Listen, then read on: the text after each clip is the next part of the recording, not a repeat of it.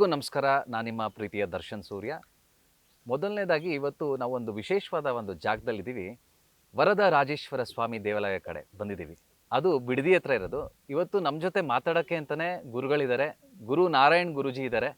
ಗುರುಜಿ ನಮಸ್ತೆ. ನಮಸ್ಕಾರ. ಕಾರ್ಯಕ್ರಮಕ್ಕೆ ಸ್ವಾಗತ. ಧನ್ಯವಾದಗಳು.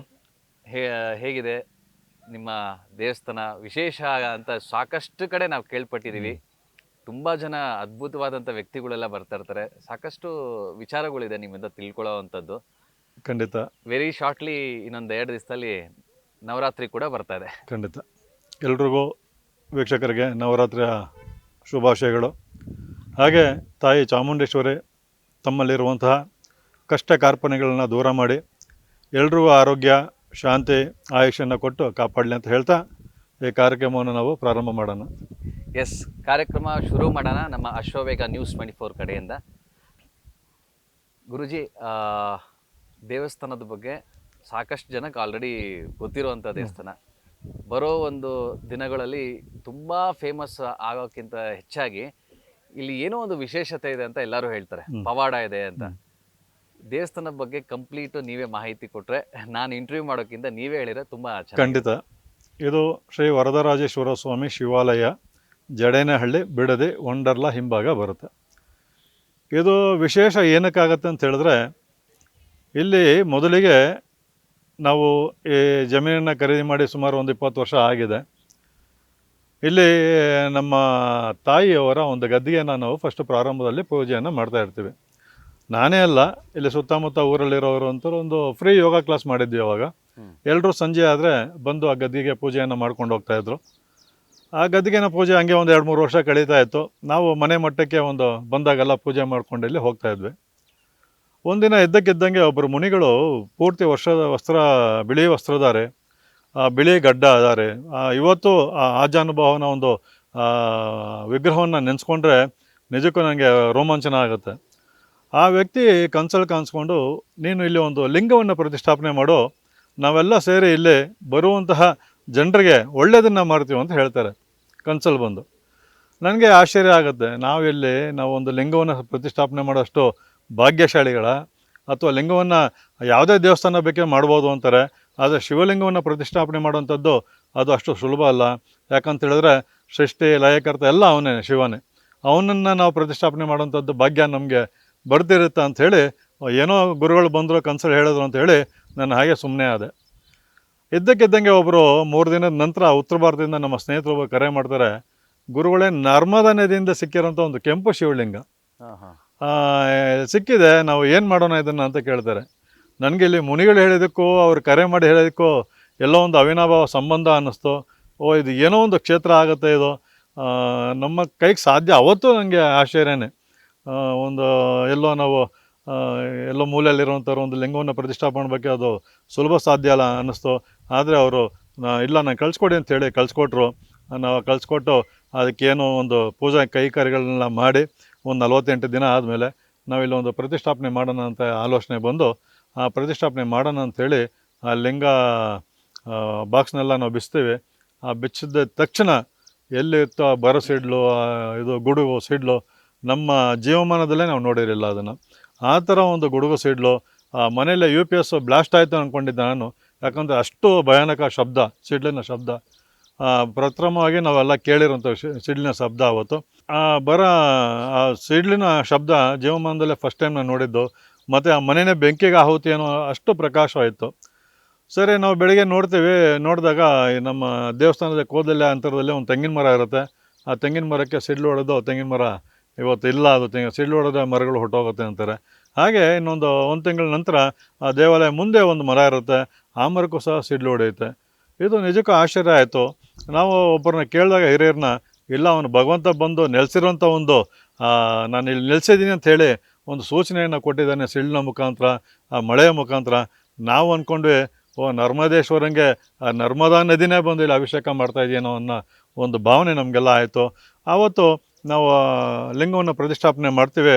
ಒಂದು ಕಪ್ಪೆ ಮಂಡುಕ ಅಂತ ನಾವು ಏನು ಹೇಳ್ತೀವಿ, ಅದು ಬಂದು 3 ಪ್ರದಕ್ಷಿಣೆ ಮಾಡುತ್ತೆ ಲಿಂಗಕ್ಕೆ. ಇವಾಗ ಕಪ್ಪೆಗಳು ಎಗರುತ್ತೆ, ಬೀಳುತ್ತೆ, ಅದು ಹೋಗುತ್ತೆ, ಸರ್ವೇ ಸಾಮಾನ್ಯ ಅದು. ಬಟ್ 3 ಪ್ರದಕ್ಷಿಣೆ ಮಾಡಿದಾಗ ಎಲ್ರಿಗೂ ಆಶ್ಚರ್ಯ ಆಯ್ತು ನಾವು ಅಲ್ಲಿ ನಿಂತಿದ್ದವ್ರಿಗೆ, ಏನಿದು. ಆಮೇಲೆ ನಾನು ಅದನ್ನು ಇನ್ನು ಬಗ್ಗೆ ಕೇಳಿದಾಗ, ಇಲ್ಲ ಮುನಿಗಳೇ ಆ ಮಂಡುಕ ರೂಪದಲ್ಲಿ ಬಂದು ಆ ಶಿವನ ದರ್ಶನವನ್ನು ಮಾಡಿದ್ದಾರೆ ಅಂಥೇಳಿ ಅನೇಕ ಜನರು ನಮಗೆ ಹೇಳಿದ್ರು ಅದನ್ನು. ಹೀಗೆ ಕೆಲವು ದಿನಗಳ ನಂತರ, ಅದಾದ ನಂತರ ಒಬ್ಬರು ಅಘೋರಿಗಳು ಈ ದೇವಸ್ಥಾನವನ್ನು ಹುಡ್ಕೊಂಡ್ಬರ್ತಾರೆ. ಉತ್ತರ ಭಾರತದಿಂದ, ವಾರಣಾಸಿಯಿಂದ ಬರ್ತಾರೆ.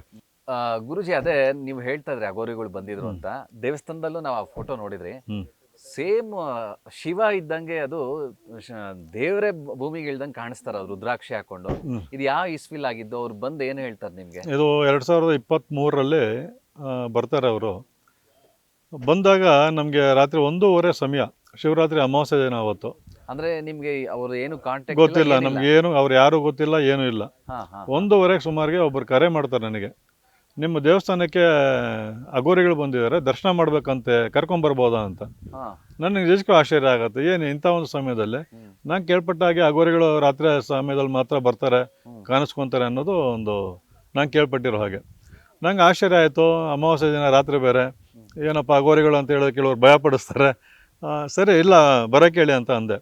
ಬಂದಾಗ ಅವರ ವೇಷಭೂಷಣ ನೋಡಿದಾಗ ನಿಜವಾಗ ಸಾಕ್ಷಾತ್ತು ಶಿವನೇ ಬಂದ್ಬಿಟ್ನೇನೋ ಅನ್ಸ್ಬಿಡ್ತು. ಯಾಕಂದರೆ ಆ ರುದ್ರಾಕ್ಷಿಗಳು, ಆ ಡಮರುಗ ಶಬ್ದ ಇದೆಯಲ್ಲ, ಜೀವಮಾನದಲ್ಲಿ ನಾವು ಕೇಳಿಲ್ಲ, ಅದೆಲ್ಲ ಮರೆಯೋಕ್ಕೂ ಸಾಧ್ಯ ಇಲ್ಲ. ಆ ಮೈಯೆಲ್ಲ ರೋಮಾಂಚನ ಆಯಿತು ಆ ಡಮರುಗ ಶಬ್ದ. ಅವರು ಅಂತಾರೆ, ನಾನು ಇಷ್ಟೊತ್ತಲ್ಲೇ 2-2:30 ಸಮಯದಲ್ಲಿ ರಾತ್ರಿ ನಾವು ಯಾವತ್ತೂ ಡಮರುಗನ್ನು ಬಾರಿಸೋದಿಲ್ಲ, ಆದರೆ ಇಲ್ಲಿ ಬಾರಿಸ್ಬೇಕು ಅಂತ ಪ್ರೇರಣೆ ಆಗ್ತಾಯಿದೆ ಸ್ಥಳದಲ್ಲಿ ಅಂತಾರೆ. ಬಂದು ಶಿವನ ಹಿಂದೆ ನಿಂತ್ಕೊಂಡು ಆ ಡಮರುಗನ್ನು ಬಾರಿಸ್ತಾರೆ. ಬಾರಿಸ್ಬಿಟ್ಟು ಈ ಕ್ಷೇತ್ರ ಮುಂದಿನ ದಿನಗಳಲ್ಲಿ 13ನೇ ಜ್ಯೋತಿರ್ಲಿಂಗದಷ್ಟು ಪ್ರಸಿದ್ಧಿ ಆಗುತ್ತೆ ಅಂತಾರೆ. ಜ್ಯೋತಿರ್ಲಿಂಗ ಅನ್ನೋದೇ ನಮಗೆ ಕಲ್ಪನೆಗೂ ಮೀರಿದ್ದದು. ಇಂಥ ಒಂದು ಜ್ಯೋತಿರ್ಲಿಂಗ ಅಂತ ಇದ್ದಾರಲ್ಲ ಅಂತ ಹೇಳಿ, ಸರಿ ಅವತ್ತು ಎಲ್ರಿಗೂ ಅಲ್ಲಿ ನಡೆದಿರೋ ಸಂತೋಷ ಆಯಿತು. ಅವರೂ ತುಂಬ ಖುಷಿಪಟ್ಟರು. ಇಲ್ಲ, ಕ್ಷೇತ್ರ ಮುಂದೊಂದು ದಿನ ತುಂಬ ಚೆನ್ನಾಗಿ ಬೆಳೆಯುತ್ತೆ, ಕಾಲಿಡಕ್ಕೆ ಜಾಗ ಇರೋದಿಲ್ಲ, ಆ ಥರ ಜನಸಂಖ್ಯೆ ಆಗುತ್ತೆ ಇಲ್ಲಿ ಅಂತ ಹೇಳ್ತಾರೆ. ನಿಜಕ್ಕೆ ಇವೆಲ್ಲ ಒಂದು ರೀತಿ ಅದ್ಭುತ ನನ್ನ ಜೀವನದಲ್ಲಿ ಅಂತ. ಇಲ್ಲ ಗುರುಜಿ, ನೀವೇ ಹೇಳ್ತಾರೆ ನಮಗೆ ಒಂಥರ ಮೈ ರೋಮಾಂಚನ ಆಗುತ್ತೆ. ಆ ಅಘೋರಿಗಳ್ದೊಂದು ವೀಕ್ಷಣೆ ಮಾಡ್ಕೊಂಡ್ ಬಂದ್ಬಿಡೋಣ ವೀಕ್ಷಕರಿಗೆ.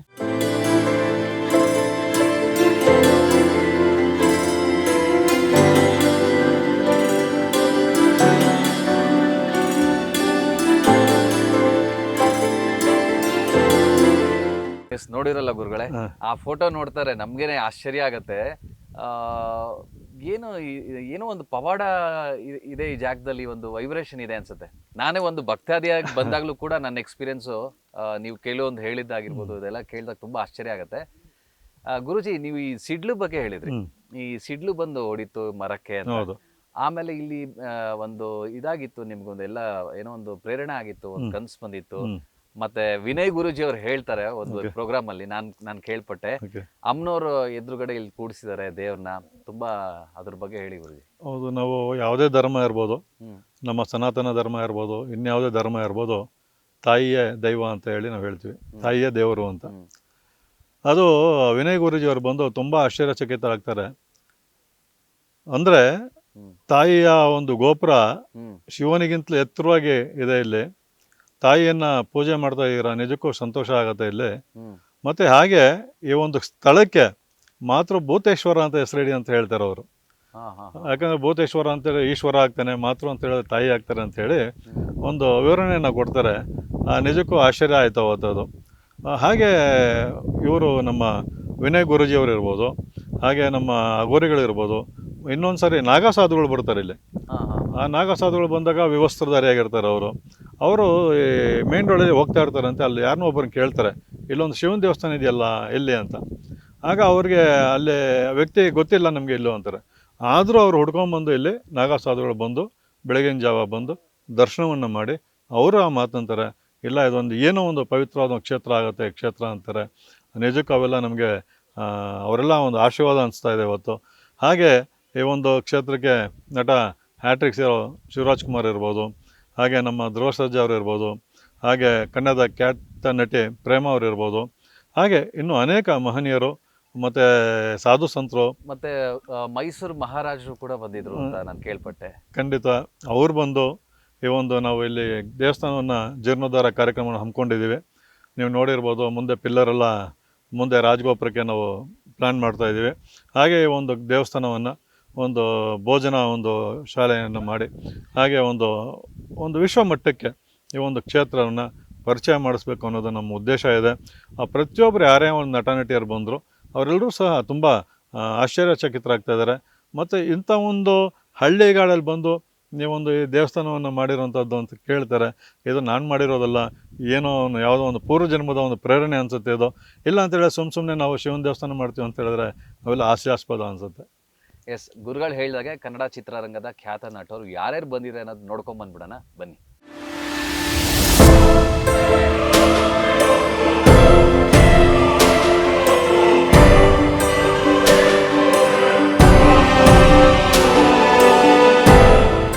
ಗುರುಗಳೇ, ಸಾಕಷ್ಟು ಜನ ನಿಮ್ಮ ದೇವಸ್ಥಾನಕ್ಕೆ ಬರ್ತಾನೆ ಇರ್ತಾರೆ. ನಾವೇ ನೋಡಿದಾಗ ಒಂಥರ ಆಶ್ಚರ್ಯ ಆಯ್ತು. ಇಷ್ಟು ಪವಾಡ ಇರೋ ಇಂಥ ಜಾಗ ಜೊತೆದಲ್ಲಿ ನಿಮ್ಮ ಒಂದು ಸಿಂಪ್ಲಿಸಿಟಿ. ಯಾಕಂದ್ರೆ ನಾನು ಬಂದ ತಕ್ಷಣ ನೋಡಿದೆ, ಸಿಂಪಲ್ ಆಗೇ ನೀವು ಒಂದು ರಾಜ್ಕುಮಾರ್ ಅವ್ರ ತರ, ಡಾಕ್ಟರ್ ರಾಜ್ಕುಮಾರ್ ತರ, ಅಣ್ಣ ಅವ್ರ ತರ ಒಂದು ವೈಟ್ ಪಂಚೆ, ವೈಟ್ ಶರ್ಟ್ ಹಾಕೊಂಡು ಸಿಂಪಲ್ ಆಗಿ ಅಲ್ಲಿ ಕೂತಿದ್ರಿ. ನನಗೆ ಗುರೂಜಿ ಅಂದ್ರೆ ಸಾಮಾನ್ಯ, ನಮ್ಗೆ ದಾಡಿ ಬಿಟ್ಟಿರ್ತಾರೆ, ಹಾರ ಇದಾಕೊಂಡಿರ್ತಾರೆ ಅಂತ ವೇಷಭೂಷಣ ಇರುತ್ತೆ. ಬಟ್ ನೀವು ಆ ಸಿಂಪ್ಲಿಸಿಟಿ ನಮ್ಗೆ ಇಲ್ಲಿ ಎಷ್ಟೋ ಜನ ಭಕ್ತರು ಬರ್ತಾರೆ, ನನ್ನೇ ಕೇಳ್ತಾರೆ ಇಲ್ಲಿ ಯಾರು ಗುರುಗಳು ಅಂತ. ನನಗೆ ಈ ಸಿಂಪ್ಲಿಸಿಟಿ ಬಂದಿದ್ದು, ನಾನು ಸ್ವಲ್ಪ ಆಗ ಮಹಾತ್ಮ ಗಾಂಧೀಜಿಯವರ ಒಂದು ಪುಸ್ತಕಗಳನ್ನ ಸುಮಾರು ನಾನು ಓದ್ತಾ ಇದ್ದೆ. ಸುಮಾರು ಅವ್ರದ್ದು ಒಂದು 500-600 ಕಲೆಕ್ಷನ್ಸ್ ನನ್ನ ಹತ್ರ ಇದೆ. ಅವರಲ್ಲಿ ಅವರು ಆ ರೀತಿ ಶ್ರೀಮಂತಿಕೆ ಮನೇಲಿ ಹುಟ್ಟಿ ಆ ಒಂದು ಸಿಂಪ್ಲಿಸಿಟಿ ಅವ್ರು ಪಡ್ಕೊತಾರಲ್ಲ, ಅದು ನಿಜಕ್ಕೂ ಎಲ್ಲೋ ಪ್ರೇರಣೆ ಅನ್ನಿಸ್ತು ನನಗೆ ಆ ದಿನಗಳಲ್ಲಿ.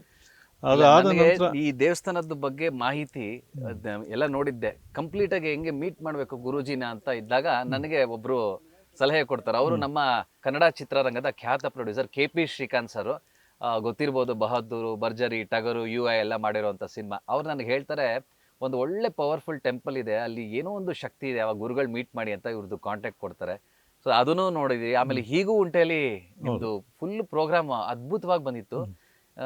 ಎಷ್ಟೋ ಜನ ಬರ್ತಾರೆ ಇಲ್ಲಿ, ಕುಂಬಳಕಾಯಿದು ಎಲ್ಲ ಹಚ್ಚಿ ಸೇವೆ ಮಾಡ್ತಾರಲ್ಲ, ಅದ್ರ ಬಗ್ಗೆ ಹೇಳಿ ಗುರುಜಿ. ಇಲ್ಲಿ ರಾಹು ಗ್ರಹಕ್ಕೆ ನಾವು ಕುಂಬಳಕಾಯಿ ಅಂತ ಇದು ಮಾಡ್ತೀವಿ ನಾವು.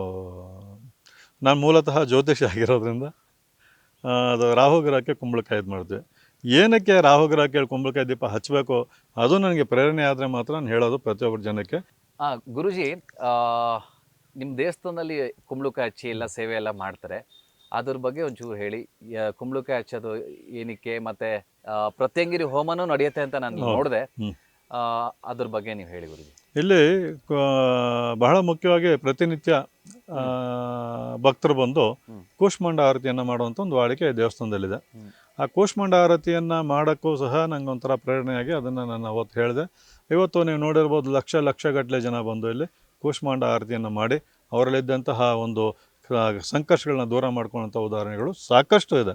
ಹಾಗೆ ಈ ಕುಂಬಳಕಾಯಿ ಆರತಿ ಮಾಡೋದ್ರಿಂದ ಏನು ಪ್ರಯೋಜನ ಅಂತ ಹೇಳಿದ್ರೆ, ಈ ಕೂಷ್ಮಾಂಡ ಅಂತ ಹೇಳಿದ್ರೆ ರಾಹು ಗ್ರಹದ್ದು ಬೂದುಗುಂಬಳಕಾಯಿ.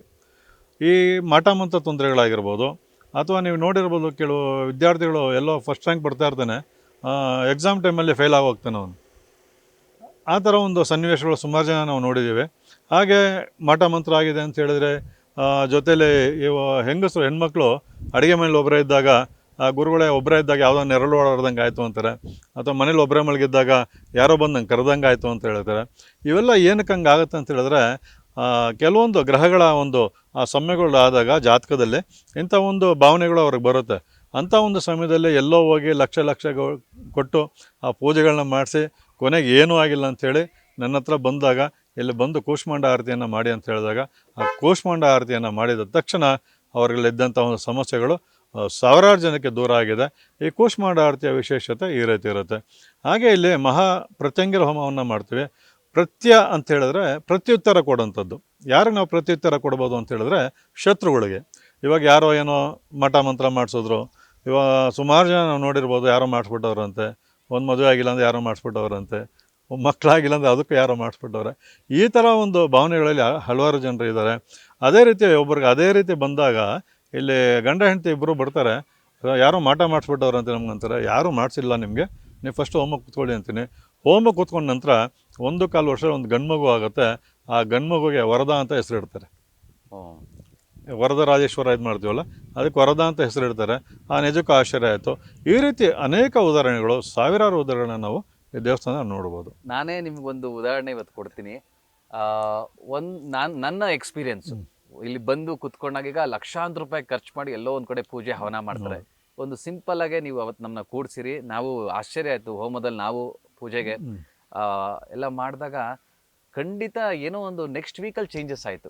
ಅದು ಮನಸ್ಸಿನ ಶಾಂತಿ ಆಗಿರ್ಬೋದು, ಆರೋಗ್ಯದಲ್ಲಾಗಿರ್ಬೋದು, ಅಥವಾ ಆ ಐಶ್ವರ್ಯದಲ್ಲಾಗಿರ್ಬೋದು, ತುಂಬ ಸಡನ್ನಾಗಿ ಒಂದು ವಾರದಲ್ಲಿ ಚೇಂಜಸ್ ಆಗಿ ನನ್ನ ಓನ್ ಎಕ್ಸ್ಪೀರಿಯನ್ಸ್ ಇದು.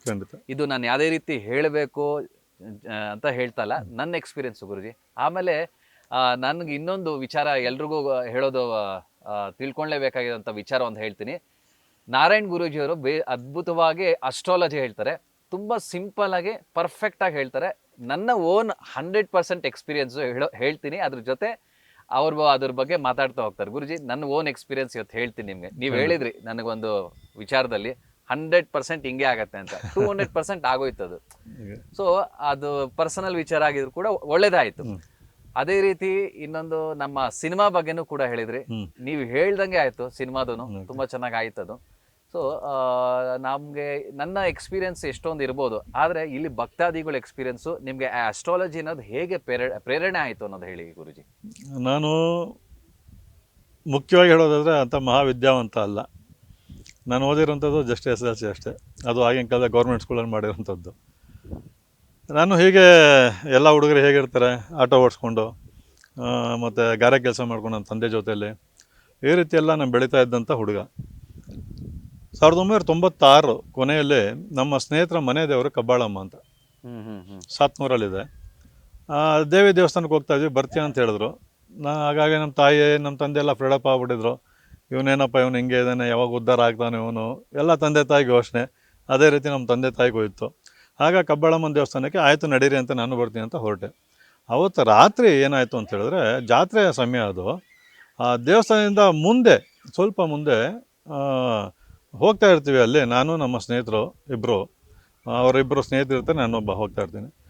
ಅವ್ರು ಆ ಕಡೆ ನಿಂತಿರ್ತಾನೆ, ಸ್ವಲ್ಪ ಈ ಕಡೆ ನಿಂತಿರ್ತೀನಿ. ಸರ್ಪ ದರ್ಶನ ಆಗಿ ಹೆಡೆ ಎತ್ತುತ್ತೆ ನಿಮಗೆ ನನಗೆ. ಇದು 1996ರಲ್ಲಿ. ನನಗೇನು ಒಂದು 28 ಅಥವಾ 29 ವರ್ಷ ಇರ್ಬೋದು. ನೋಡ್ತೀನಿ ಸರ್ಪ ನನ್ನೇ ನೋಡ್ತಾ ಇರುತ್ತೆ. ನಾನು ನೋಡಿದೆ. ಅಷ್ಟೇ ನಮ್ಮ ಸ್ನೇಹಿತರನ್ನ ಕರೆದೆ, ಬಂದ್ರು ಇಲ್ಲಿ ಸರ್ಪ ಕಾಣ್ತಾ ಇದೆ ಅಂತ. ಅವ್ರು ಬರೋ ಅಷ್ಟರಲ್ಲಿ ಅದು ಮಯ ಆಗೋಯ್ತು, ಅವ್ರಿಗೆ ಕಾಣಿಸ್ಲಿಲ್ಲ. ಅವತ್ತು ರಾತ್ರಿ, ಇವತ್ತು ನಾವೇನು ಕೂತು ಮಾತಾಡ್ತಾ ಇದ್ದೀವಿ, ನಾನು ಆ ತಾಯಿ ಇಬ್ಬರು ತಪ್ಕೊಂಡು ಕುಣಿತಾ ಇದ್ದೀವಿ. ಅವತ್ತು ರಾತ್ರಿ ಕೆಲವು ಮಂತ್ರಗಳು, ನೀನು ಎಲ್ರಿಗೂ ಏನಾದ್ರು ಹೇಳು ಅನ್ನೋ ರೀತಿ ಪ್ರೇರೇಪಣೆ.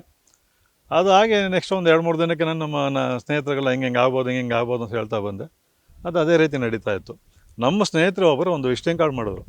ನೀನು ಜ್ಯೋತಿಷಿ ಯಾಕೆ ಆಗಬಾರ್ದು ಅಂತ ವಿಸಿಟಿಂಗ್ ಕಾರ್ಡು. ಅದನ್ನು ತೊಗೊಂಡು ಅಲ್ಲಿಂದ ಪ್ರಾರಂಭ ಆದಂಥ ಒಂದು ಜ್ಯೋತಿಷ್ಯ. ಈ ಥರ ಅನೇಕ ಕೆಲವೊಂದು ಆರ್ಟಿಕಲ್ಸ್ ಇರ್ಬೋದು, ಅಥವಾ ಕೆಲವು ಯೂಟ್ಯೂಬ್ ಚಾನಲ್ಸಲ್ಲಿ, ಟಿ ವಿ ಮಾಧ್ಯಮಗಳಲ್ಲಿ ಅನೇಕ ಜನರ ಬಗ್ಗೆನೂ ಸಹ ಜ್ಯೋತಿಷ್ಯ ಹೇಳಿದ್ದೀನಿ. ಇಲ್ಲ, ನೀವು ಹೇಳಿರುವಂಥ ಜ್ಯೋತಿಷ್ಯದ ಬಗ್ಗೆ ನಾನೇ ಇವತ್ತು ಹೇಳಬೇಕು ಅಂತಿದೆ. ಅದು ಹೇಳಿದರೆ ಏನು ನನಗೆ ಹೇಳೋಕ್ಕೆ ಏನಿಲ್ಲ, ಬಟ್ ಹೇಳೋಣ, ಓಕೆ, ತೊಂದರೆ ಇಲ್ಲ. ನೋಡಿ, ಜನವರಿಯಲ್ಲಿ ದರ್ಶನ್ ಅವ್ರದ್ದು ಕೆಲವು ಪ್ರಕರಣಗಳು ಆಕ್ಕಿಂತ ಮುಂಚೆ ಅವ್ರ ಬಗ್ಗೆ ಹೇಳಿರ್ತಾರೆ.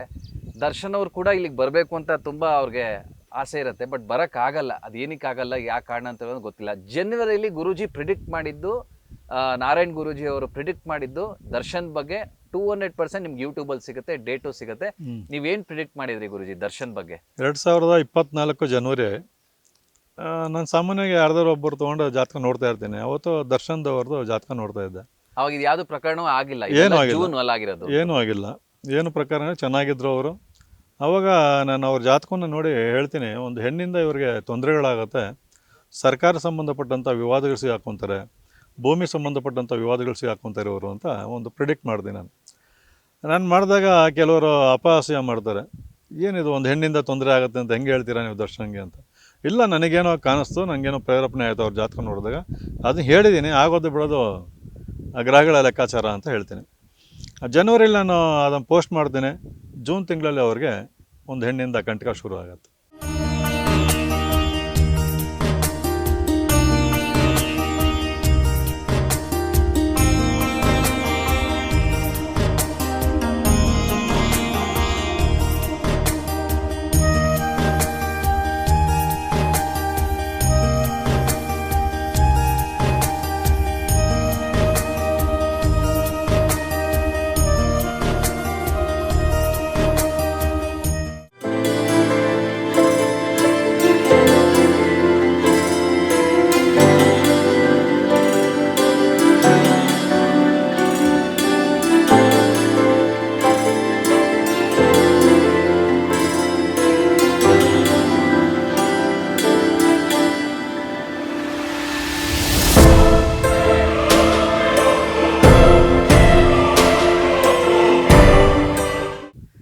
ಎಸ್ ಇದನ್ನ ಗುರುಜಿ ಜನರು ಸತ್ಯ ತಿಳ್ಕೊಬೇಕು ನೋಡ್ಬೇಕು ಅಂದ್ರೆ ಎಲ್ಲಿ ನೋಡ್ಬೋದು ಇದು ಯೂಟ್ಯೂಬಲ್ಲಿ ಎಲ್ಲಿದೆ?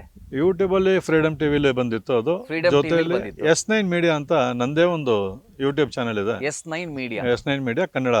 ಅದರಲ್ಲಿ ನಿಮಗೆ ಪ್ರತಿಯೊಂದು ನಮ್ಮ ಮುಖ್ಯಮಂತ್ರಿ ಅವರು ಸಿದ್ದರಾಮಯ್ಯನವರು ಅವರೇ CM ಆಗ್ತಾರೆ ಅಂಥೇಳಿ 6 ತಿಂಗಳ ಮುಂಚೆ ಕರ್ನಾಟಕ ಟಿ ವಿಲಿ ಹೇಳಿದ್ದೆ. ಎಲ್ರಿಗೂ ಅವತ್ತು ಆಶ್ಚರ್ಯ ಆದ್ರು ಆ ಟೀಮು. ಹೆಂಗೆ ಹೇಳ್ತೀರಾ ಇನ್ನೂ ಎಲೆಕ್ಷನ್ ನಡೆದಿಲ್ಲ ನೀವು, 6 ತಿಂಗಳ ಮುಂಚೆನೇ ಸಿದ್ದರಾಮಯ್ಯ CM ಅಂತ ಹೇಳ್ತಾ ಇದ್ದೀರಾ ಅಂತ. ಇಲ್ಲ ಸರ್ ನಂಗೆ ಯಾಕೋ ಹೇಳಬೇಕು ಅನ್ನಿಸ್ತಾ ಇದೆ, ಹೇಳಿದ್ದೀನಿ ಅಂತಂದೆ. ನೋಡಿದ್ರೆ ಅವತ್ತು ಹಂಗೆ ನಡೀತು. ಇಲ್ಲ ಗುರುಜಿ, ನೀವು ಹೇಳಿರೋದು ಒಂದು 6 ತಿಂಗಳು ಬಿಫೋರೇ ಕೆಲವೊಂದು ಪ್ರಿಡಿಕ್ಟ್ ಮಾಡಿದ್ದೀರಾ. ಹೌದು. ನನ್ನ ಎಕ್ಸ್ಪೀರಿಯನ್ಸೇ ನೀವು ನನಗೆ ಹೇಳಿದ್ದು ನೆಕ್ಸ್ಟ್ ವೀಕ್ ಹಿಂಗೆ ಆಗತ್ತೆ, ಸ್ವಲ್ಪ ಹುಷಾರಾಗಿರಪ್ಪ ಅಂತ, ಗಾಡಿಲಾಗಲಿ. ಸೊ ನನಗೆ ಎಕ್ಸ್ಪೀರಿಯನ್ಸೇ ಇದು ಹೇಳ್ಬೋದು. ಜನರು ಇವತ್ತು ಆಸ್ಟ್ರಾಲಜಿ ಅಂದರೆ ಬೇರೆ ಮೈಂಡ್ ಸೆಟ್ಟೇ ಇಟ್ಕೊಂಡಿದ್ದಾರೆ. ನಿಜ. ದೊಡ್ಡ ಹೋಮ ಮಾಡಿಸ್ಬೇಕು, ಹವನ ಮಾಡಿಸ್ಬೇಕು, ಉಂಗುರ ಹಾಕೊಬೇಕು. ಈಗ ನಾವು ಅಷ್ಟೇ ಆಧ್ಯಾತ್ಮಿಕ ಅಂತಂದಾಗ ಇದೆಲ್ಲ ಇಟ್ಕೊಂಡಿದ್ದಾರೆ. ಬಟ್ ನೀವು ನಾನು ಬಂದಾಗ ಸಿಂಪಲ್ ಆಗಿ ಏನು ಲಕ್ಷಾಂತರ ರೂಪಾಯಿ ಇಲ್ಲ, ಒಂದು ಕಾಣಿಕೆ ಥರ ದೇವ್ರಿಗೆ ಒಂದು ಇಷ್ಟು ಅಂತ ಅಲ್ಲಿ ಕುತ್ಕೊಂತ. ಇವತ್ತು ಮೆಣಸಿನ್ಕಾಯಿ ಹೋಮ ಮಾಡೋಕ್ಕೆ ಎಷ್ಟೊಂದು ಖರ್ಚಾಗತ್ತೆ. ಬಟ್ ಎಲ್ಲಾನು ನೀವು ಸಮಾನತೆಯಿಂದ ಕೂಡಿಸಿ ಮಾಡಿಸ್ತೀರಾ. ಸೊ ಆಸ್ಟ್ರಾಲಜಿ ಬಗ್ಗೆ ಜನರ ಮೈಂಡಲ್ಲಿ ಏನಿದೆ? ಕೆಲವ್ರಿಗೆ ಬೇರೆ ಥರನೇ ಇದೆ. ನಿಮ್ಮ ಪ್ರಕಾರ ಆಸ್ಟ್ರಾಲಜಿ ಅಂದರೆ ಹೆಂಗೆ? ಜ್ಯೋತಿಷ್ಯ, ಜ್ಯೋತಿ ಅಂದರೆ ಬೆಳಕು, ವಿಷಯ ಅಂತ ಹೇಳಿದ್ರೆ ಮನುಷ್ಯ. ಕಷ್ಟದಲ್ಲಿರೋರಿಗೆ ಬೆಳಕು ತೋರಿಸುವಂಥ ಮನುಷ್ಯ ಆಗಿರಬೇಕು, ಅದೇ ಜ್ಯೋತಿಷ್ಯ. ಇವತ್ತು ಹಂಗಾಗ್ತಾ ಇಲ್ಲ. ಮೊನ್ನೆ ಇತ್ತೀಚೆಗೆ ಒಂದು ಹುಡುಗಿ 15 ಲಕ್ಷ ಪರ್ಸನಲ್ ಲೋನ್ ತೊಗೊಂಡು ಒಬ್ಬ ಜ್ಯೋತಿಷಿಗೆ 13 ಲಕ್ಷ ಕೊಡ್ತಾರೆ. 13 ಲಕ್ಷ ಜ್ಯೋತಿಷಿಗೆ. ಏನೋ ಕೆಲಸ ಆಗೋಗುತ್ತೆ ನಿಮಗೆ, ಹಂಗೆ ಮಾಡ್ಬಿಡ್ತೀನಿ ಹಿಂಗೆ ಮಾಡ್ಬಿಡು. ಬಟ್ ಆ ಹುಡುಗಿಗೆ ಏನೂ ಕೆಲಸ ಆಗಿರಲ್ಲ. ನನ್ನ ಹತ್ರ ಬರ್ತಾರೆ, ಕೇವಲ ಒಂದು ಮಂತ್ರಗಳನ್ನ ಹೇಳ್ತೀನಿ, ಮಂತ್ರ ಓದಿ 15 ದಿನಕ್ಕೆ ಆ ಕೆಲಸ ಅವ್ರಿಗೆ ಆಗಿರುತ್ತೆ. ನಿಜಕ್ಕೂ ನಾನು ನನ್ನ ಈ ಒಂದು 30 ವರ್ಷ ಜರ್ನಿ ಜ್ಯೋತಿಷ್ಯದಲ್ಲಿ ಒಬ್ಬರಿಗೆ ಒಂದು ಹೋಮ ಮಾಡಿಸೋದು ಉದಾಹರಣೆ ಇಲ್ಲ ನನ್ನ ಜೀವನದಲ್ಲಿ. ಬಟ್ ಬಂದವ್ರಿಗೆಲ್ಲ ಒಳ್ಳೇದಾಗಿದೆ. 100 ಜನರಲ್ಲೇ 90 ಜನಕ್ಕಂತೂ ಖಂಡಿತ ಆಗುತ್ತೆ. ಇನ್ನು 100 ಜನಕ್ಕೂ 100 ಜನಕ್ಕೆ ಒಳ್ಳೇದು ಮಾಡಿಬಿಟ್ರೆ ನಾನು ಬ್ರಹ್ಮ ಆಗಬೇಕಾಗತ್ತೆ. ಹಾನೇ ಬರ. ಮತ್ತು ಕೆಲವೊಂದು ಟೈಮಲ್ಲಿ ಏನು ಮಾಡ್ತಾರೆ, ಕೆಲವರು ಮಂತ್ರ ಓದಿರೋದಿಲ್ಲ. ನಾನು ಹೇಳಿರ್ತೀನಿ ಈ ಥರ ಓದಿ ಅಂತ, ಓದೋಕ್ಕೆ ಟೈಮ್ ಇರೋಲ್ಲ. ಅಂಥವ್ರಿಗೆ ಸ್ವಲ್ಪ ಸ್ಲೋ ಆಗ್ಬೋದು ಅಷ್ಟೇ. ಈ ರೀತಿ ಸಾವಿರಾರು ಲಕ್ಷಾಂತರ ಜನರು ನಾನು ನೋಡ್ಬಿಟ್ಟು ನನ್ನ ಜೀವನದಲ್ಲಿ ಸಿಂಪಲ್ ರೆಮಿಡಿ ಇರಬೇಕು. ಯಾಕಂತ ಹೇಳಿದ್ರೆ ಅವರೇ ಕಷ್ಟದಿಂದ ಬಂದಿರ್ತಾರೆ. ಅವ್ರಿಗೇನು ಮತ್ತೆ ಕಷ್ಟ ಹೇರಿ ಅವರಲ್ಲಿರುವಂಥ ಹಣವನ್ನು ವೃಥಾ ಖರ್ಚು ಮಾಡಿಸಿ, ಇದು ನಾನು ಒಂದೇ ಉದಾಹರಣೆ ಹೇಳಿದ್ದು ನಿಮ್ಗೆ ಅಷ್ಟೇ. 1 ಕೋಟಿ ಚಾರ್ಜ್ ಮಾಡಿರೋರು ಇದ್ದಾರೆ ಪೂಜೆಗೆ. ಲಕ್ಷ ಚಾರ್ಜ್ಗಳು ಮಾಡಿ ಏನೂ ಕೆಲಸ ಆಗ್ದಂಗೆ ನನ್ನ ಹತ್ರ ಬಂದು ಕೂತ್ಕೊತಾರೆ ಕೆಲವರು. ಸುಮಾರು ಜನನ್ನ ನಾನು ಹೇಳಬಾರ್ದು, ಆದರೆ ಬೈಕೊಂತ ಇರ್ತಾರೆ, ನಂಗೆ ಅಷ್ಟು ಲಕ್ಷ ಖರ್ಚು ಮಾಡಿಸಿದ್ರು, ಇಷ್ಟು ಲಕ್ಷ ಖರ್ಚು ಮಾಡಿಸಿದ್ರು, ಆ ಥರ ಮಾಡಿಸಿದ್ರು, ಈ ಥರ ಮಾಡಿಸಿದ್ರು ಅಂತ. ನಿಜಕ್ಕೂ ಇವೆಲ್ಲ ನನ್ನ ಅನುಭವದ ಪ್ರಕಾರ ನೀನು ಸರಿಯಾದ ಮಾನವೀಯತೆಯಿಂದ ಕೂಡಿ ಜ್ಯೋತಿಷ್ಯ ಹೇಳೋದಾದರೆ ಇವೆಲ್ಲ ಅವಶ್ಯಕತೆ ಇಲ್ಲ. ಬರುವಂಥ ಜನಕ್ಕೆ ಸಿಂಪಲಾಗಿ ಒಂದು ರೆಮಿಡಿ ಆಗಬೇಕು, ನಂದು ಉದ್ದೇಶ ಅಷ್ಟೇ. ನಾನು ಪ್ರಾರಂಭದ ದಿನಗಳಲ್ಲಿ ಒಬ್ಬರು ಯಾರೋ ಗಂಡ ಹೆಂಡತಿ ಒಂದು ಮಗಳು ಬರ್ತಾಳೆ. ಜ್ಯೋತಿಷ್ಯಾಲಯಕ್ಕೆ ಬರ್ತಾರೆ. ಯಾರೊಬ್ರು ಹೇಳ್ತಾರಂತೆ ಅಲ್ಲಿ ಸ್ಟೋನ್ ಚೆನ್ನಾಗಿ ರೆಫರ್ ಮಾಡ್ತಾರೆ, ನೀವು ಹೋಗಿ ಅಂತ. ಯಾವಾಗ 98-99ರಲ್ಲಿ ಅವ್ರು ಬರ್ತಾರೆ. ಅವತ್ತು ಆ ರೋಡ್ಗೆ ಅಷ್ಟು ದೊಡ್ಡ ಕಾರು ಫಸ್ಟ್ ಟೈಮ್ ಬಂದಿರೋದು. ನನ್ನ ಅಲ್ಲಿ ಹುಡ್ಕೊಂಬಂದಾಗ ಬಂದು ಮಗಳು, ತಂದೆ ಮತ್ತು ತಾಯಿ 3 ಜನ ಕೂತ್ಕೊತಾರೆ. ಅವ್ರು ಕೇಳೋಕ್ಕೆ ಬಂದಿರೋದು ನನ್ನ ಸ್ಟೋನು ಏನೋ ಕೇಳೋಕ್ಕೆ ಅಂತ ರೆಫರ್ ಮಾಡಿರ್ತಾರೆ. ನಾನು ಅವ್ರು ಬಂದು ಕೂತಿದ ತಕ್ಷಣ ಹೇಳ್ತೀನಿ, ನಿಮಗೆ ಬಿಸ್ನೆಸ್ ಲಾಸ್ ಆಗುತ್ತೆ, ಆರೋಗ್ಯ ಕೆಡುತ್ತೆ, ತುಂಬ ಹುಷಾರಾಗಿರಿ ಅಂತೀನಿ. ಅವರು ತುಂಬ ದೊಡ್ಡ ಮಟ್ಟದಲ್ಲಿ ಇರ್ತಾರೆ, ಬಿಸ್ನೆಸ್ ಮ್ಯಾಗ್ನೆಟು, ಸುಮಾರು 100 ಕೋಟಿಗೆ ಹೊಡ್ತಾರೆ ಅಂತ ಇಟ್ಕೊಳ್ಳಿ. ಅವ್ರೇನು ಮಾಡಿದ್ರು, ರೇಗ್ಬಿಟ್ಟು ಎಷ್ಟು ಫೀಸು ಅಂದರು, 100 ರೂಪಾಯಿ ಅಂದೆ. ಅವತ್ತಿನ ದಿನಗಳಲ್ಲಿ 100 ರೂಪಾಯಿ ಬಿಸಾಕಿದ್ರು. 3 ಜನ ಬೈಕೊಂಡು ಎದ್ದೊಟ್ಟೋದ್ರು. ಈ ಥರ ಬೈಕೊಂಡು ಹೋಗಿರೋಂಥ ಉದಾಹರಣೆ 100 ಜನ ಇದ್ದಾರೆ. ಮತ್ತೆ ವಾಪಸ್ ಬಂದವರು 100 ಜನ ಇದ್ದಾರೆ. ಆ ಬೈಕೊಂಡು ಹೋದವ್ರಿಗೆ ಲಾಸು ಆಗಿದೆ. ಅದೇನಾಯಿತು, 6 ತಿಂಗಳ ನಂತರ ಮಗಳು ಬರಲಿಲ್ಲ, ತಂದೆನೂ ಬರಲಿಲ್ಲ, ಅವರ ಹೆಂಡತಿ ಮಾತ್ರ ಒಬ್ಬರು ಬಂದರು. ನಾನು ಕೇಳ್ತೀನಿ ಅವ್ರಿಗೆ, ಎಲ್ಲಿ ಯಜಮಾನ್ರು ಅಂತ ಕೇಳ್ತೀನಿ. ಇಲ್ಲ, ಅವ್ರು ಬೆಡ್ ರಿಡನ್ ಆಗಿದ್ದಾರೆ ಅಂತ. ಏನಾಯ್ತು ಅಂತ ಹೇಳಿದ್ರೆ ಸ್ಟ್ರೋಕ್ ಆಗಿರುತ್ತೆ ಅವ್ರಿಗೆ. 6 ಫ್ಯಾಕ್ಟ್ರಿ ಲಾಕೌಟ್ ಆಗುತ್ತೆ, ಪೂರ್ತಿ ಡೌನ್ ಆಗೋಗ್ತಾರೆ. ಅವತ್ತು ಆ ಅಮ್ಮ ಬಂದು ತುಂಬ ಜೋರಾಗಿ ಹೇಳ್ತಾರೆ. ನಮ್ಮ ತಾಯಿ ಆಚೆ ಕೂತಿರ್ತಾರೆ, ಅವ್ರು ಹತ್ಕೊಂಡು ಹೋಗ ನಮ್ಮ ತಾಯಿನ ಕೇಳ್ತಾರೆ ಅಂತೆ. ನಮ್ಮ ತಾಯಿ ಕೇಳ್ತಾರೆ, ಯಾಕಮ್ಮ ಹೇಳ್ತಾ ಇದೆಯಾ ಅಂತ. ಇಲ್ಲ, ನಂಗೆ ಅವತ್ತು ಇವ್ರು ಹೇಳಿದರು, ನಾವು ಎಚ್ಚರಿಕೆ ತೊಗೊಳ್ಳಿಲ್ಲ, ಈ ಥರ ಆಗೋಯ್ತು ಅಂತ. ಅವತ್ತು ನನ್ನ ತಾಯಿ ನಂಗೆ ಕರೆದು ಹೇಳ್ತಾರೆ, ನಿಂಗೆ ಏನು ಅನ್ಸೋ ಡೈರೆಕ್ಟಾಗಿ ಮಾತಾಡಬೇಡ, ಡೈರೆಕ್ಟಾಗಿ ಯಾರಿಗೂ ಹೇಳ್ಬೇಡ ಅಂತಾರೆ. ಅವತ್ತಿಂದ ಒಂದು ಅರ್ಧ ಅಂತ ಅವಾಯ್ಡ್ ಮಾಡಿದ್ದೀನಿ. ಬಟ್ ಕೆಲವೊಂದು ಸಾರಿ ಹೇಳಲೇಬೇಕಾಗತ್ತೆ, ಹೇಳ್ಬಿಡ್ತೀನಿ. ಇವತ್ತು ದರ್ಶನ್ ಸರ್ದು ಇರ್ಬೋದು, ಸಿದ್ದರಾಮಯ್ಯವ್ರದ್ದು ಇರ್ಬೋದು, ನಮ್ಮ ಉಪಮುಖ್ಯಮಂತ್ರಿ ಡಿ ಕೆ ಶಿವಕುಮಾರ್ ಅವರೇ CM ಆಗ್ತಾರೆ ಅಂತ ಎಲ್ಲರೂ ಪ್ರಿಡಿಕ್ಟ್ ಇಲ್ಲ, ಮಾಡಿದ್ರು. ನೀವು ಅದನ್ನು ಹೇಳಿದಾಗ ಫಸ್ಟ್ ಗೊತ್ತಿರಲಿಲ್ಲ. ನಾನು ಹೋಗಿ ಡೇಟ್ ಚೆಕ್ ಮಾಡ್ತೀನಿ. ದರ್ಶನ್ ಸರ್ದು ಜನವರಿಲಿ ಹೇಳಿದ್ದಾರೆ. ಯಾರು ಒಬ್ರು ಒಂದು ಇದನ್ನ ತಲುಪಿಸಿದ್ರೆ ಏನೋ ಅನಾಹುತ, ಎರಡು ಫ್ಯಾಮಿಲಿಗಾಗ್ಲಿ ಯಾರಿಗೂ ಏನೋ ಆಗ್ತಾ ಇರ್ಲಿಲ್ಲನೋ ಅಥವಾ ವಿಧಿನೇ ಇದು ಆಟನೋ ಏನೋ ಅಂತ ಯಾರಿಗೂ ಗೊತ್ತಿಲ್ಲ. ನೋಡಿ ಪಾಪ ಅವರು ಲಕ್ಷಾಂತರ ರೂಪಾಯಿ ಖರ್ಚು ಮಾಡಿದ್ದಾರೆ ಪೂಜೆಗಳಿಗೆ, ಬಟ್ ಏನು ಉಪಯೋಗ ಆಗಿಲ್ಲ. ನಂದು ಏನಂತ ಹೇಳಿದ್ರೆ ನೋಡಿ, ಕರ್ಮ ಕಾಡುತ್ತೆ, ಕರ್ಮ ಕಾಣಲ್ಲ. ಆ ಕರ್ಮ ಕಾಡುವಾಗ ನಾವು ಎಚ್ಚರಿಕೆ ತೊಗೋಬೇಕಷ್ಟೆ. ಏನೋ ಕಾಣಿಸಂಗಿದ್ರೆ ಹೌದಪ್ಪ ಅದಕ್ಕೇನೋ ಒಂದು ಶಾಂತಿ ಹೋಮ ಮಾಡಿ ಸೈಡಲ್ಲಿ ಇಟ್ಸ್ಬಿಡ್ಬೋದು. ಕರ್ಮ ಕಾಡುತ್ತೆ, ಕಾಣಿಸಲ್ಲ. ನನ್ನ ಕಾನ್ಸೆಪ್ಟ್ ಅದು. ಅದರಿಂದ ಕೆಲವೊಂದು ಸಮಯಗಳಲ್ಲಿ ಜಾತಕಗಳಲ್ಲಿ ಬರುವಂಥ ಗ್ರಹಗತಿಗಳ ಆಧಾರದ ಮೇಲೆ ಖಂಡಿತವಾಗಿ ಎಂಥದ್ದು ಬೇಕಾದ್ರೂ ಪ್ರಿಡಿಕ್ಟ್ ಮಾಡ್ಬೋದು. ಬಟ್ ಕೆಲವೊಂದು ಸಾರಿ ನಾನು ಅವಾಯ್ಡು ಮಾಡ್ತೀನಿ, ಯಾಕಂದ್ರೆ ಕೆಲವ್ರಿಗೆ ಹೇಳ್ಬಾರ್ದು ಅಂತಿದಾಗ. ಅವತ್ತು ನೀವೊಂದು ಮಾತು ಹೇಳಿರಿ, ಆಸ್ಟ್ರಾಲಜಿ ಅನ್ನೋದು ಒಂದು ಪ್ರಿಡಿಕ್ಷನ್ಸ್ ಅಷ್ಟೇ, ಅಂದ್ರೆ ಒಂದು ಸ್ಪಿರಿಚುವಲ್ ಸೈನ್ಸ್ ಅಂತ ಹೇಳ್ತಾರೆ. ಖಂಡಿತ. ಹಳೆ ಕಾಲದಲ್ಲಿ ರಾಜರು ನೀವು ಹೇಳ್ತಾ ಇದ್ರಿ, ಹಿಂಗ್ ಹೋಗ್ಬೇಕಾದ್ರೆ ಈ ಮಾರ್ಗದಲ್ಲಿ ಹೋಗ್ಬೇಕೋ ಬೇಡವ ಅಂತ ಅವರ ಪಾಂಡಿತ್ರನ ಅಸ್ಟ್ರಾಲಜರ್ಸ್ನ ಕೇಳ್ಬಿಟ್ಟು ವಿಚಾರಗಳು ಸ್ಟಾರ್ಟ್ ಮಾಡೋರಂತ. ನಿಜ. ಆಮೇಲೆ ಬೇರೆ ಬೇರೆ ಕೆಲಸಗಳಲ್ಲೂ ಒಂದು ಡೇಟ್, ಒಂದು ಟೈಮು ಅಂತ. ಇದು ಬರೀ ನಾನು ನಮ್ಮ ಇದು ಅಂತಲ್ಲ, ಎಲ್ಲಾ ಧರ್ಮದಲ್ಲೂ ಗುರುಗಳು ಅದು ಇದು ಅಂತ ಕೇಳ್ತಾರೆ. ಬಟ್ ನೀವು ಕೆಲವೊಂದು ಸಿಂಪಲ್ ಎಲ್ಲಾ ಧರ್ಮದಲ್ಲೂ ಕೂಡ ಈ ವಿಚಾರಗಳು ಕೇಳ್ತಾರೆ ಅಸ್ಟ್ರಾಲಜಿ ಅನ್ನೋದು. ಆದ್ರೆ ನೀವು ತುಂಬಾ ಸಿಂಪಲ್ ಆಗಿ, ಕಾಂಪ್ಲಿಕೇಟ್ ಆಗಿ ಹೇಳ್ದೆ, ಏನು ದೊಡ್ಡ ದೊಡ್ಡ ಖರ್ಚು ಮಾಡಿದೆ. ಈ ನನ್ನ ಎಕ್ಸ್ಪೀರಿಯನ್ಸ್ ಅಲ್ಲೇ ನೀವು ಬಂದ ಅವತ್ತು ಹೇಳ್ದಾಗ ಇಲ್ಲಿ ಬಂದು ವರದರಾಶ್ವತ ಬೇಡ್ಕೊಂಡಾಗ, ನಾನು ಇಷ್ಟೊಂದು ಸಿನಿಮಾ ಸೀರಿಯಲ್ಸ್ ಎಲ್ಲ ಮಾಡಿದ್ರು ಕೂಡ ನೆಕ್ಸ್ಟ್ ವೀಕಲ್ಲಿ ನಿನಗೆ ಇನ್ನೊಂದು ಏನೋ ಒಂದು ವಿಶೇಷವಾಗಿ ಒಳ್ಳೇದಾಗತ್ತೆ ಅಂತಂದು. ಆ ವಿಶೇಷವಾಗಿ ಇವತ್ತು ನಾನು ನಮ್ಮ ಅಶ್ವವೇಗ News 24 ಚಾನೆಲ್ ಕೂತಿದ್ದೀನಿ. ಇದು ಎಕ್ಸ್ಪೆಕ್ಟ್ ಮಾಡಿರಲಿಲ್ಲ. ನೀವು ಹೇಳಿದ್ರಿ ನನಗೆ ನೆಕ್ಸ್ಟ್ ವೀಕಲ್ಲಿ ನಿನಗೊಂದು ಚಾನೆಲ್ ಇಂದ ಒಳ್ಳೇದಾಗತ್ತಪ್ಪ ಅಂತಂದ್ರಿ. ಸೊ ನೀವು ಸಾಕಷ್ಟು ಪ್ರಿಡಿಕ್ಟ್ ಮಾಡಿದ್ದೀರಾ ಒಳ್ಳೇದು ಅದು ಇದು ಅಂತ. ಆದ್ರೆ ಜನರು ಇವತ್ತು ಎಷ್ಟೇ ಹೇಳಿದ್ರು ಕೂಡ ಅನ್ಯಾಯ ರೀತಿ, ಕೆಲವರು, ಎಲ್ಲರೂ ಅಲ್ಲ, ಕೆಲವರು ಈ ಬ್ಲ್ಯಾಕ್ ಮ್ಯಾಜಿಕ್ ಅಂತ ಹೋಗೋದು, ಮಾಟ ಮಂತ್ರ ಮಾಡಿಸೋದು, ಇದು ಮಾಡೋದ್ರಿಂದ ಅವ್ರಿಗೆ ರಿವರ್ಸ್ ಆಗುವಂಥದ್ದು ಅಥವಾ ಫ್ಯಾಮಿಲಿಗೆ ತೊಂದರೆ ಆಗೋದು, ಅವ್ರಿಗೆ ಪರಿಹಾರ ಮಾಡ್ಕೊಳ್ಳೋಕ್ಕೆ ಮೇನ್ ಆಗಿ ಏನು? ಸರಿ, ಮಾಟ ಮಂತ್ರ ವಿಚಾರ ಹೇಳಿದ್ರಿ ನೀವು. ನೋಡಿ, ಮಾಟ ಮಂತ್ರ ವಿಚಾರ ಏನು ಅಂತ ಹೇಳಿದ್ರೆ, ಯಾರಿಗೆ ನೀವು ಮಾಟ ಮಾಡಿಸ್ಬೋದು. ಬಟ್ ನಾವು ಏನು ಅಡುಗೆಗೆ ಉಪ್ಪು ಜಾಸ್ತಿ ಹಾಕಿರ್ತೀವೋ, ಕಹಿ ಜಾಸ್ತಿ ಹಾಕಿರ್ತೀವೋ, ಅಥವಾ ಹುಳಿ ಜಾಸ್ತಿ ಹಾಕಿರ್ತೀವೋ ಅದನ್ನು ನಾವೇ ತಿನ್ನಬೇಕು. ನೀವು ಇನ್ನೊಬ್ಬರು ಮಾಡಿಸಿದ್ದ ಕರ್ಮ ನೀವು ಅನುಭವಿಸ್ಲೇಬೇಕು. ಅದರಿಂದ ಯಾರೇ ಆಗಲಿ ಮಾಟ ಮಂತ್ರ ಮಾಡುವಂಥವ್ರು ಇರ್ಬೋದು, ದಯವಿಟ್ಟು ಅಂಥ ಕಾರ್ಯಕ್ಕೆ ಕೈ ಹಾಕಬೇಡಿ. ಯಾಕಂತ ಹೇಳಿದ್ರೆ, ನಾನು ಕೊಳ್ಳೇಗಾಲದಿಂದ ಹಿಡಿದು ಇತ್ತೀಚಿನ ರೀಸೆಂಟ್ ಮಾಟ ಮಂತ್ರದವ್ರನ್ನ ಸುಮಾರು ಜನ ನಾನು ನೋಡಿದ್ದೀನಿ.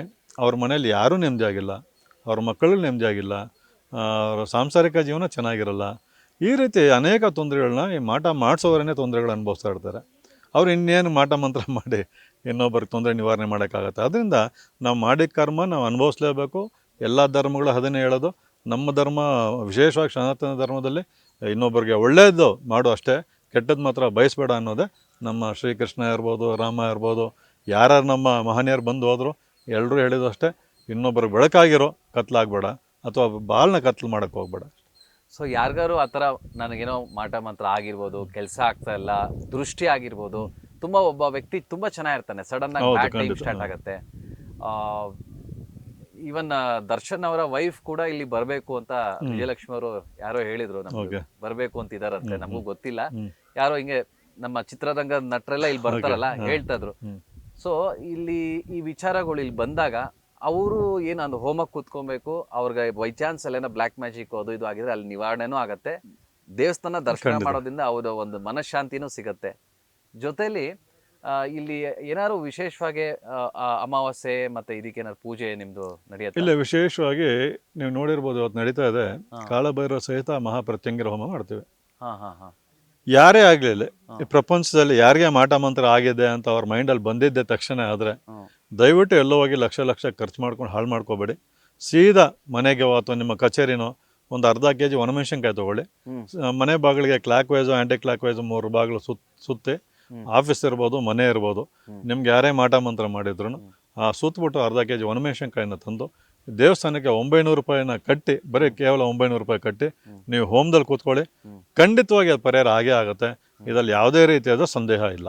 ಆಮೇಲೆ ಅಲ್ಲಿ ಹೋಮಕ್ಕೆ 500-600 ಏನೇ ಇದ್ರೂ ಕೂಡ ಆ ದುಡ್ಡು ಕೂಡ ನೀವು ಒಳ್ಳೆ ಕಾರ್ಯಕ್ಕೆ ಉಪಯೋಗಿಸ್ತಾ ಇರೋದು ತುಂಬಾ ಖುಷಿ ಆಯ್ತು. ನಾವೇ ಸ್ವತಃ ನೋಡಿ ಇಲ್ಲಿ ಬರೋರ್ಗೆಲ್ಲ ಊಟ ಹಾಕ್ತೀರಾ, ಅನ್ನದಾನ ದಿನಕ್ಕೆ ಎಷ್ಟು ಜನ ಬರ್ತಾರೆ, ಎಷ್ಟು ಅನ್ನದಾನ ಹೆಂಗ್ ನಡೆಯುತ್ತೆ? ಇಲ್ಲಿ ಬಹಳ ಮುಖ್ಯವಾಗಿ ಅಮಾವಾಸ್ಯೆ ಮತ್ತು ಹುಣ್ಣಿಮೆಗಳಲ್ಲಿ ಅನ್ನದಾನವನ್ನು ಮಾಡ್ತಾ ಇದ್ವಿ. ಮುಂದಿನ ದಿನಗಳಲ್ಲಿ ಪ್ರತಿನಿತ್ಯ ಅನ್ನದಾನ ಮಾಡಬೇಕು ಅಂತ ಒಂದು ಆಲೋಚನೆ ಇದೆ ನಮಗೆ. ಇಲ್ಲಿ ನೋಡಿ, ಈ ದೇವಸ್ಥಾನದಿಂದ ನನ್ನೇನು ದುಡಿಬೇಕು ಅನ್ನೋದು ಖಂಡಿತ ನನಗಿಲ್ಲ. ನನಗೆ ಭಗವಂತ ಒಂದು ವಿದ್ಯೆ ಕೊಟ್ಟವನೇ.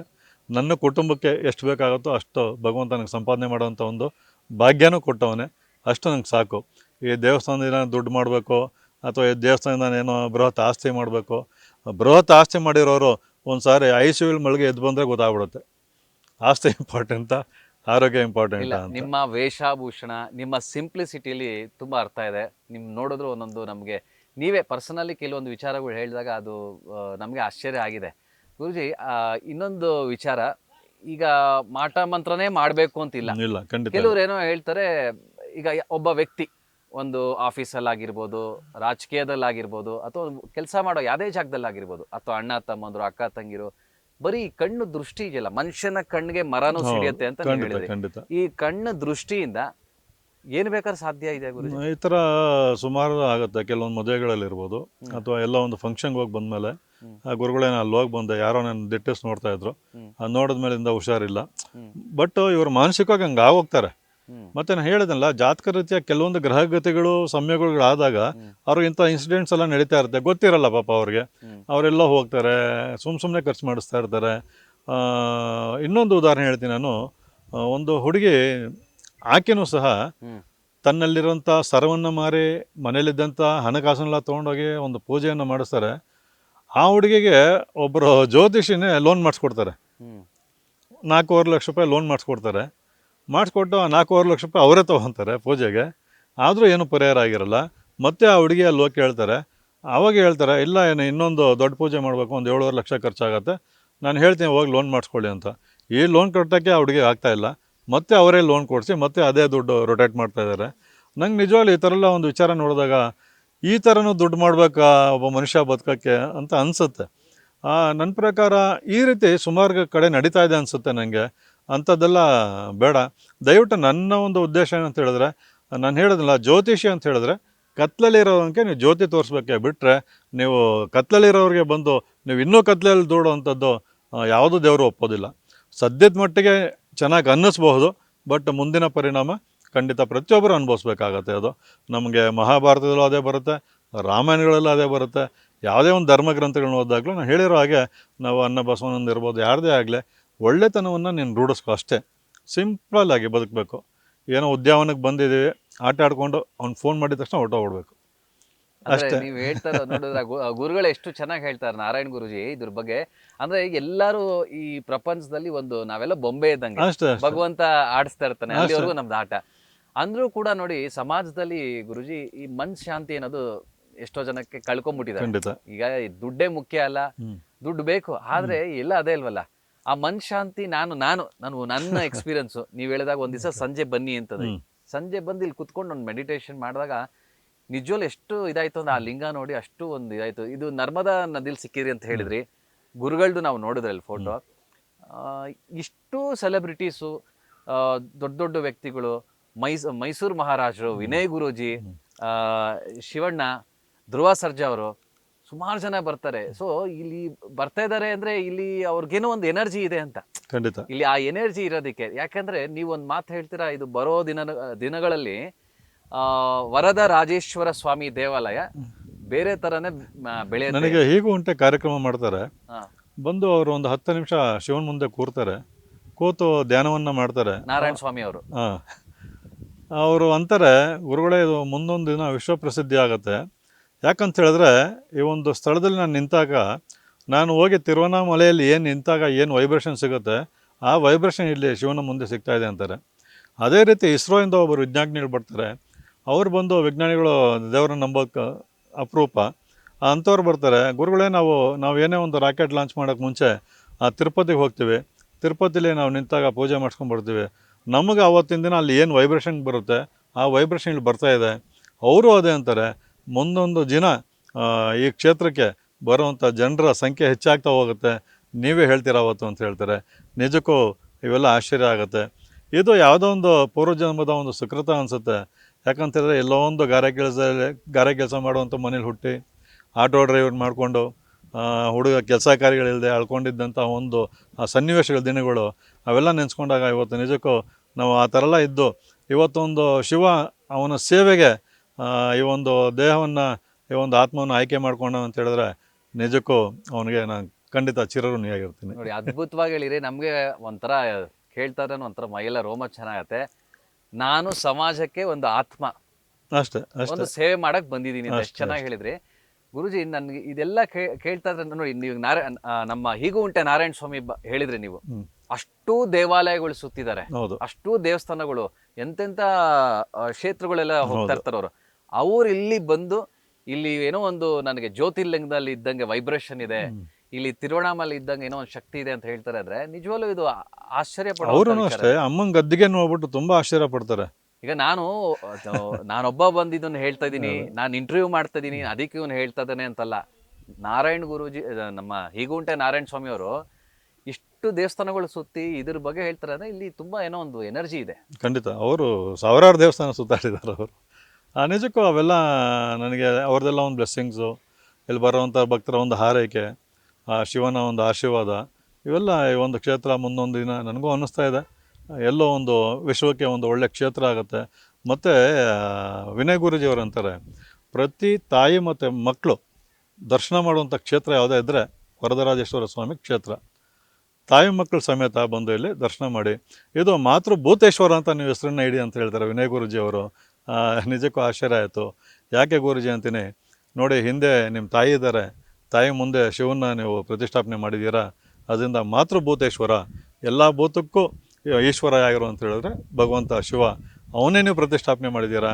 ಇದು ನಿಜಕ್ಕೂ ಒಂದು ಅದ್ಭುತವಾದ ಕ್ಷೇತ್ರ ಅಂತಾರೆ. ನಿಜಕ್ಕೂ ಆಶ್ಚರ್ಯ ಆಗುತ್ತೆ, ಅಷ್ಟೇ ಸಂತೋಷನೂ ಆಗುತ್ತೆ. ನಾನು ಹೇಳಿದ್ನಲ್ಲ, ಯಾವುದೋ ಒಂದು ಸೇವೆ ಮಾಡೋಕ್ಕೆ ನನ್ನನ್ನು ಆಯ್ಕೆ ಮಾಡ್ಕೊಂಡವನೇ ಅಷ್ಟೇ. ಯಾವ ದಿನಗಳಲ್ಲಿ ವಿಶೇಷವಾಗಿ ಸೋಮವಾರ ಮತ್ತೆ ಪೂಜೆ ಪ್ರತಿನಿತ್ಯ ಪೂಜೆ ನಡೀತಾ ಇರುತ್ತೆ. ರುದ್ರಾಭಿಷೇಕ ಮಾಡಿಸುವಂಥ ಸಂಖ್ಯೆ ಹೆಚ್ಚಿರ್ತಾರೆ ಈ ಸ್ಥಳಕ್ಕೆ. ಹಾಗೆ ಅಮಾವಾಸ್ಯೆ ಮತ್ತು ಹುಣ್ಣಿಮೆಗಳಲ್ಲಿ ನೀವು ನೋಡಿರ್ಬೋದು, 106 ಕಾರುಗಳು ಬರ್ತವೆ, ಎಲ್ಲೋ ದೂರದಿಂದೆಲ್ಲ ಬರ್ತಾರೆ.